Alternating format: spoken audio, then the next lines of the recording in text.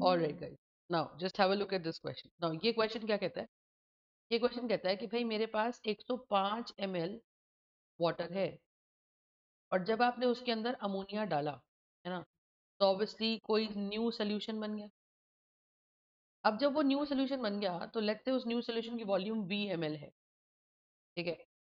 तो क्वेश्चन ये कहता है कि जब न्यू सोल्यूशन बना तो उसके अंदर 70% वाटर रह गया, क्योंकि जब आपने उसके अंदर अमोनिया डाल डाल के सैचुरेट कर दिया, तो आप सोचो कि सैचुरेट करने पे अमोनिया भी एक गैस है, तो 30% हमारे पास यहाँ पे क्या है?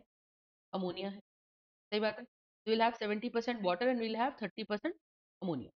तो when we have 30% ammonia and when we have 70% water, तो हम यहाँ पे क्या बोलेंगे, मुझे बताइए।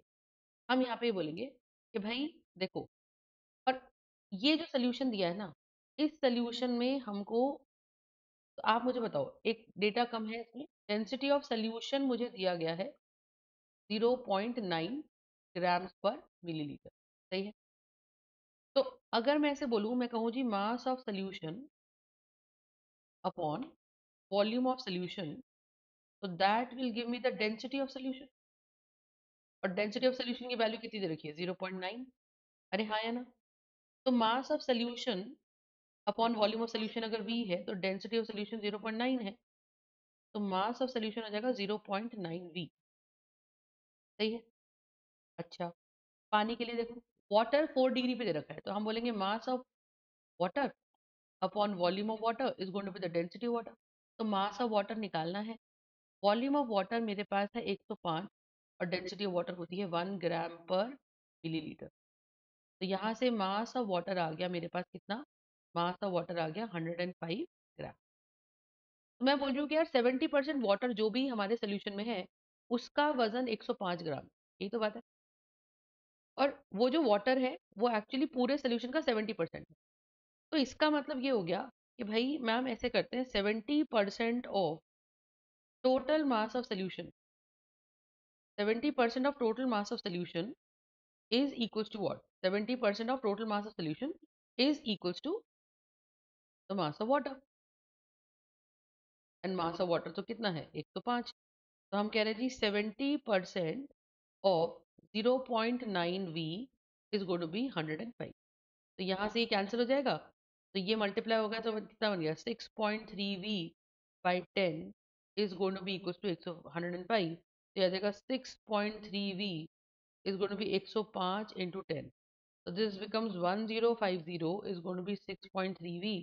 So when I solve this, I will get V equals to 1050 divided by 6. Is this part clear? ठीक है। अब इसको सॉल्व कर देते हैं, तो हमारे पास final volume of the solution आ जाएगी। देखो, क्योंकि हमको ये समझ आनी चाहिए कि जब भी हम वाटर की बात करते हैं, है ना, वाटर में लिक्विड मिलाओ या वाटर में कोई गैस मिलाओ, तो वॉल्यूम बढ़ती है। तो वो बोल रहा है कि सैचुरेट होने के बाद 30% तो गैस हो गई, है ना। तो बताओ पानी कितना रह गया? तो ये मेरा आंसर आ जाएगा 1050 डिवाइडेड बाय 6.3। तो my answer here comes out to be, ठीक है, so this my answer comes out here to be, कितना आ जाएगा? 166.66 ml। तो मेरे फाइनल सोल्यूशन, जब हमने इसके अंदर अमोनिया डालते गए डालते गए डालते गए डालते गए डालते गए, तो फाइनल जो सोल्यूशन बना, वो बन गया 166.66 ml। सही है। तो फाइनल जो सोल्यूशन बन गया, वो मेरे पास कितना बन गया? 166.66 ml, है ना। That is 166.66 ml is the final volume of the solution, जब हमने उसके अंदर अमोनिया गैस को सैचुरेट कर दिया। तो बस इतनी सी बात है कि भाई जितना मास ऑफ सोल्यूशन निकला था, उसका 70% हमारे पास वाटर है, और वाटर का मास मुझे पता है 105 ग्राम होता है। तो बस मैंने वही फंडा लगा के, ठीक है, कि मास ऑफ सोल्यूशन का 70% पानी है, और पानी का वजन 105 है। तो मैंने यहाँ से final volume of the solution निकाल। Thank you so much for watching guys. Please like share and subscribe.